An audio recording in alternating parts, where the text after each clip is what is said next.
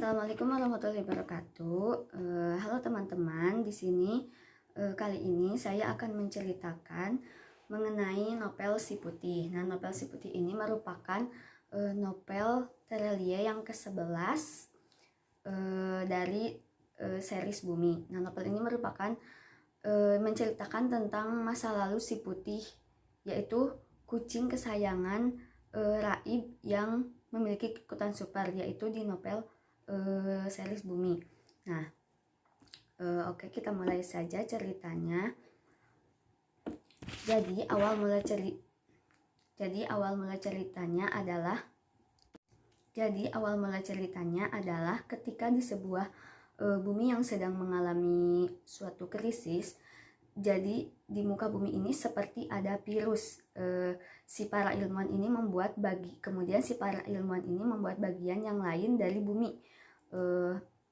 Kemudian bumi itu seperti terbagi menjadi dua. Nah, ketika bumi yang sebagiannya telah diisi, kemudian dijaga dan akhirnya rusak, maka semua penduduknya akan pindah ke bagian bumi yang satunya.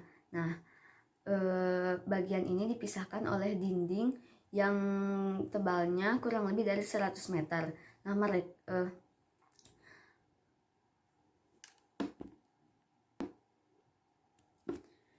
Nah, di sana terjadi suatu peperangan, bahkan mereka sampai melempar bom dan melakukan tindakan-tindakan yang anarkis. Nah, di samping itu ada seorang anak yang bernama NO berusia 12 tahun. Nah, ia itu berpisah dengan kedua orang tuanya. Nah, sementara kedua orang tuanya itu berhasil melewati tempat pemeriksaan untuk bisa masuk ke bumi bagian 2. Nah, kenapa Eno tidak bisa masuk ke bagian kedua? Karena dinyatakan terkena virus tersebut, sehingga ia terpaksa harus berpisah dengan orang tuanya dan tinggal di bumi yang sudah hancur tersebut. Bagian bumi yang sudah hancur tersebut. Akhirnya Eno tetap berada di bagian bumi yang hancur itu, dan ia terlihat sangat mengerikan karena sudah terpapar virus tersebut. Bahkan bangunan-bangunan seperti gedung dan yang lainnya sudah hancur. Nah, saat itu Eno harus berusaha bertahan hidup dengan virus yang ada di tubuhnya. Bahkan badannya pun terasa lemah dan tidak berdaya. Nah, pada saat itu tiba-tiba NO menemukan kucing yang terjebak di reruntuhan. Nah, kucing itu berwarna putih.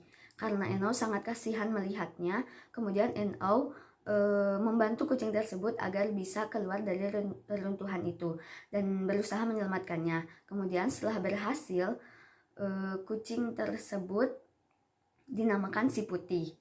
Nah, saat malam hari, akibat dari virus yang menjalar di tubuh NO, tanpa disangka kucing yang diberi nama Si Putih itu merawat NO dengan penuh kasih sayang.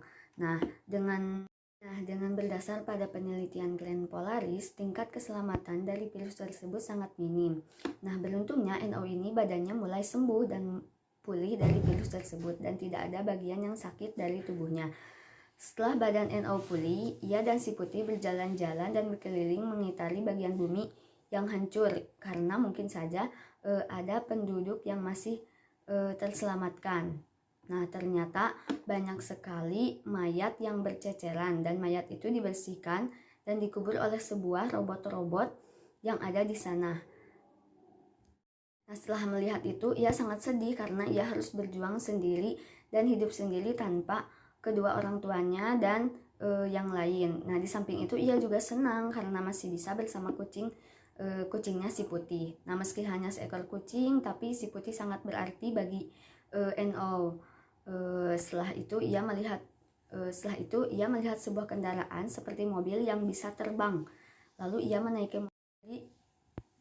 Nama kendaraannya yaitu Si Paruh Perak. Nah, mobil ini menjadi sarana membantu petualangan NO dan Si Putih. Nah, NO menjalani hari-harinya bersama Si Putih dalam kurun waktu 5 tahun. Dalam waktu itu ia juga berusaha mencari cara agar bisa menembus dinding tersebut, dan ia ingin bisa berkumpul bersama orang tuanya. Namun usaha tersebut tetap tidak bisa karena dinding tersebut sangat kuat, dan dalam waktu 5 tahun itu ia melakukan aktivitas seperti ke supermarket, sebagaimana biasanya orang-orang dan hal itu bisa mengurangi kesedihan NO. Nah, ia sangat terlihat mandiri dan dewasa meskipun kenyataannya terlihat masih anak kecil. Nah, NO dan si Putih semakin akrab dan dekat, bahkan NO sudah mengerti bahasa si Putih.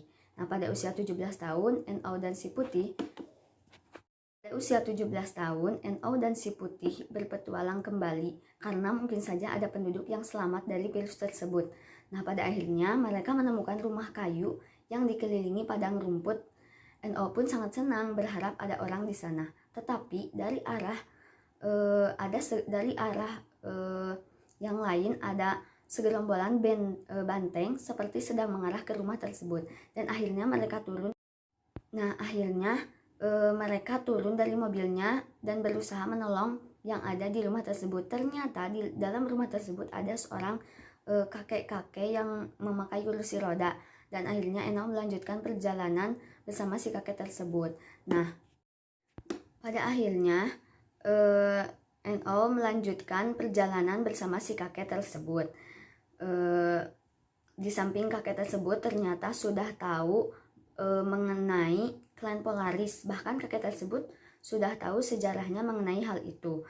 Nah, pada saat di perjalanan mereka menemukan sebuah peradaban yang kuno. Ketika di perjalanan mereka diserang oleh singa-singa salju. Nah, tetapi NO dan si Putih ini bisa mengeluarkan kekuatannya, dan kakek yang melihat itu sangat yakin bahwa NO merupakan keturunan klan Polaris. Nah, dalam perjalanan Eno sangat merasa kagum karena banyak sekali keindahan di klan tersebut. Nah, kemudian mereka menemukan sebuah pemukiman dan mereka pun tinggal di sana. Mereka banyak mengumpulkan bahan makanan, dan di sana Eno bertemu dengan teman lamanya. Nah, ketika di sana pun Eno dan si Putih banyak menghadapi serangan-serangan dan terjadi juga sebuah pertarungan. Nah, setelah itu ternyata pertarungan tersebut sampai ke telinga penguasa klan Polaris di ibu kota esok. Nah, kemudian ia mendatangi kerajaan Gunung Timur tersebut. Di sana ia dijamu oleh para binatang, dan bahkan sampai pada suatu saat pada suatu saat ia ditawari sebuah kedudukan gitu. Nah, tetapi NO menolaknya, dan pada akhirnya terjadilah pertarungan besar di gunung tersebut. Nah, teman-teman, dicukupkan sekian sinopsis novel Si Putih. Nah, sebenarnya menurut saya novel Si Putih ini alurnya memang sudah ketebak ya, namun di akhirnya itu seperti akan ada kelanjutannya. Nah, karena seperti ceritanya seperti digantung gitu. Nah, seperti itu. Terima kasih sudah menyaksikan sinopsis novel Si Putih ini. Terima kasih. Assalamualaikum warahmatullahi wabarakatuh.